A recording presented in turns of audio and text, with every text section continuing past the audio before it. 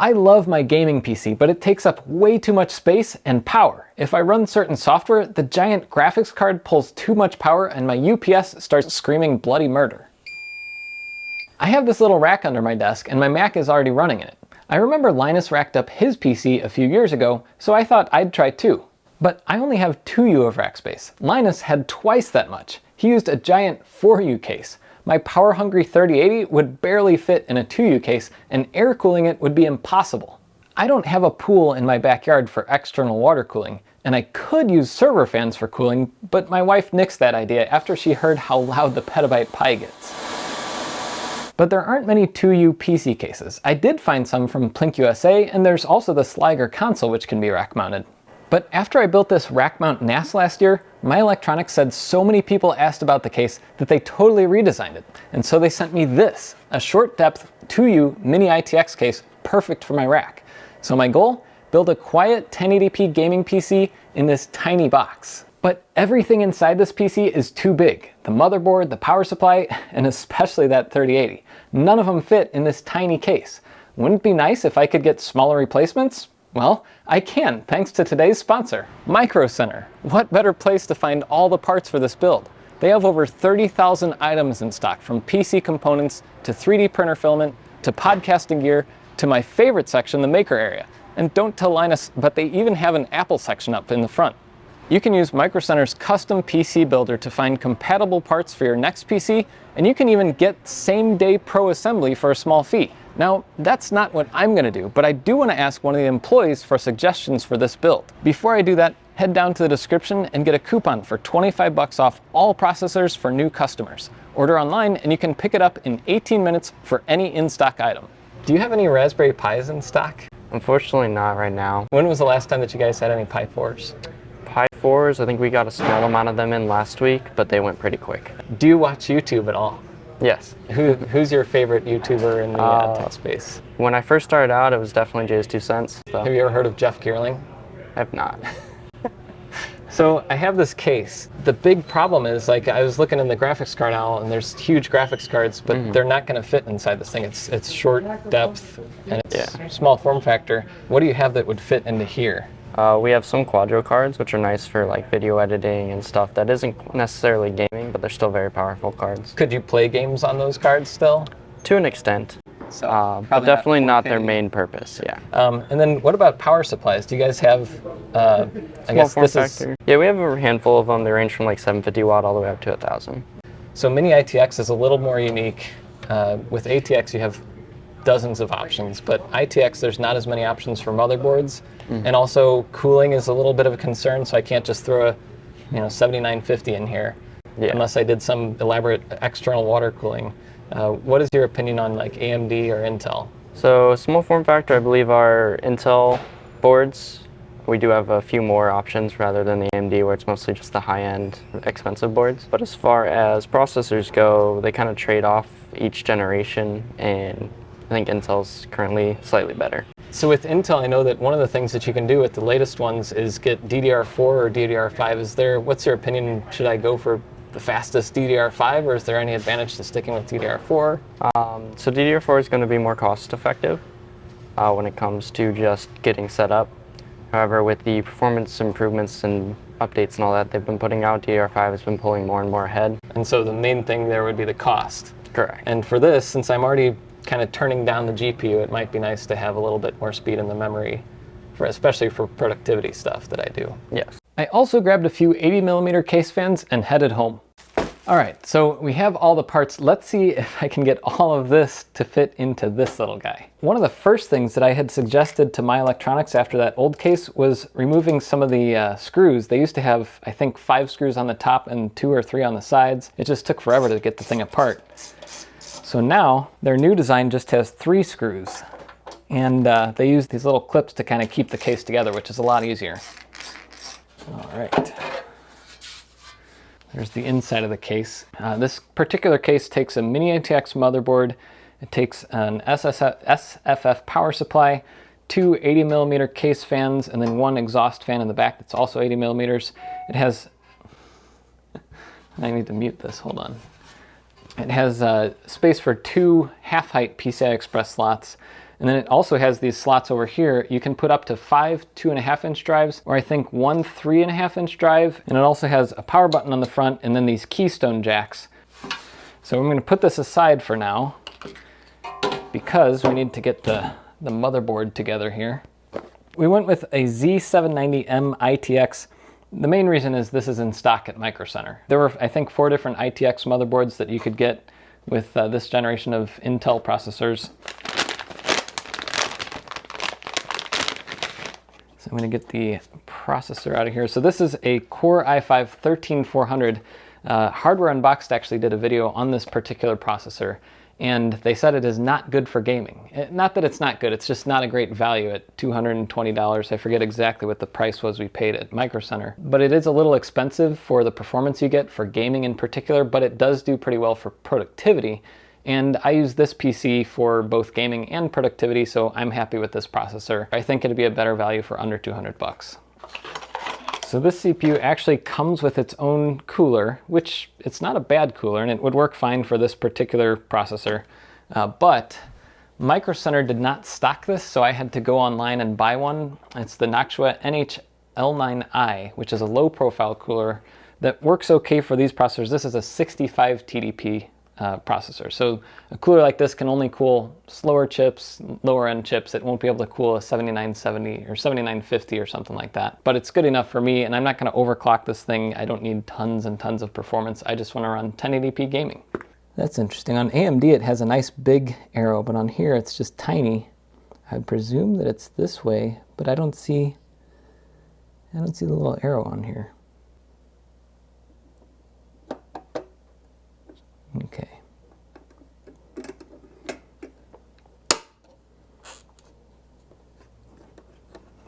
All right, and then I'm going to put the RAM in before I put the CPU cooler. I'm going to use this Kioxia XG8, which I've used in a few videos before when I was building Raspberry Pi storage clusters. But when they send these to me for those videos, they include these little stickers. So I'm going to take off the sticker, and it's probably going to strip off the little product label too.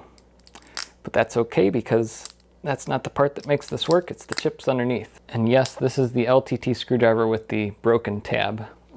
Otherwise, besides that one broken tab, it's fully functional and I've had no issues with it. So check out my video on the LTT screwdriver if you haven't seen it already.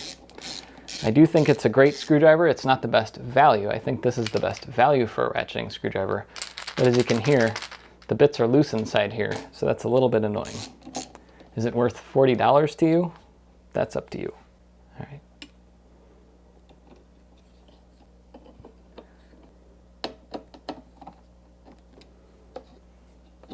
Apparently somebody already bought this guy. It has a piece of Scotch tape over the end of it.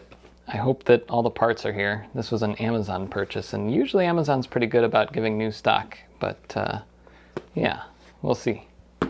All right, it looks like everything's here.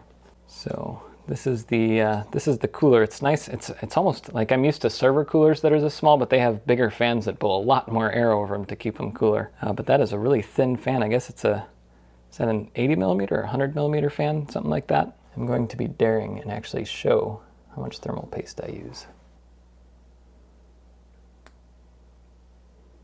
These are nice because they have like a thumb grip on them, but I can also tighten them down a little bit with this guy.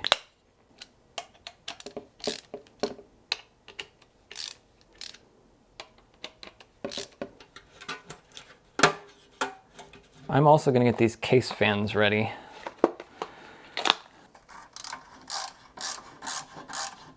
And for the front case fans, I actually need to take off this front faceplate on this box.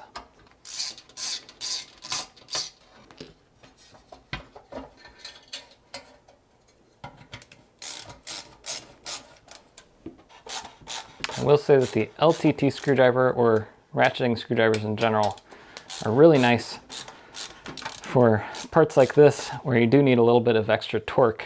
Although the grips on these are both a little bit soft. Other screwdrivers with the rubber grip give you a little bit more gripping power. But it's a trade-off.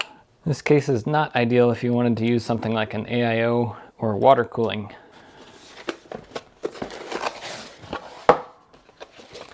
Thank you for your purchase.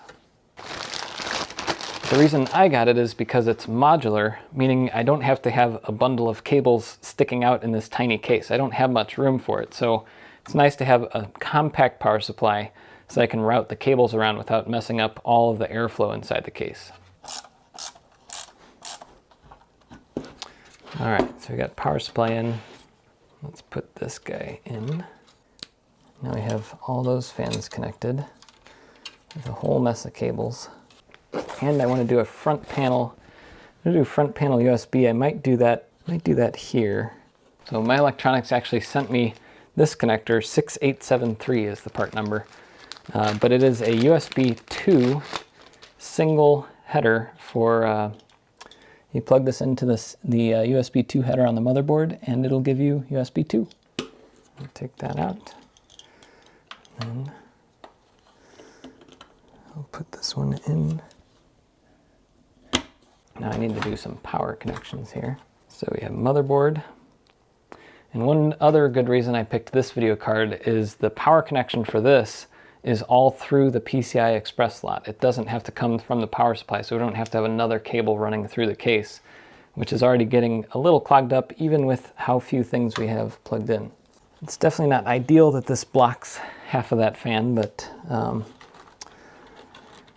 sacrifices must be made in the name of size. So now, this is where this build either comes together or fails. The A2000. And you can tell it's not made for consumers because this box looks very boring, and consumers obviously can't stand for boring boxes. But I did want to note that this A2000 is the 12 gigabyte version. It has 12 gigs of VRAM, which is good for workstations and for more heavy-duty applications. If you wanted a better value, this one costs like $600 new, which is a lot of money to spend on a graphics card that's not even as good as like a 3070. But you can get a good deal on eBay if you buy the 6 gig version, which is still okay for gaming. It's not amazing, but it's okay. And they're like $200 to $300 on eBay, used. Wow, that is tiny. That was smaller than I was expecting it to be. And luckily, it does look like it's going to just fit in this case. Okay.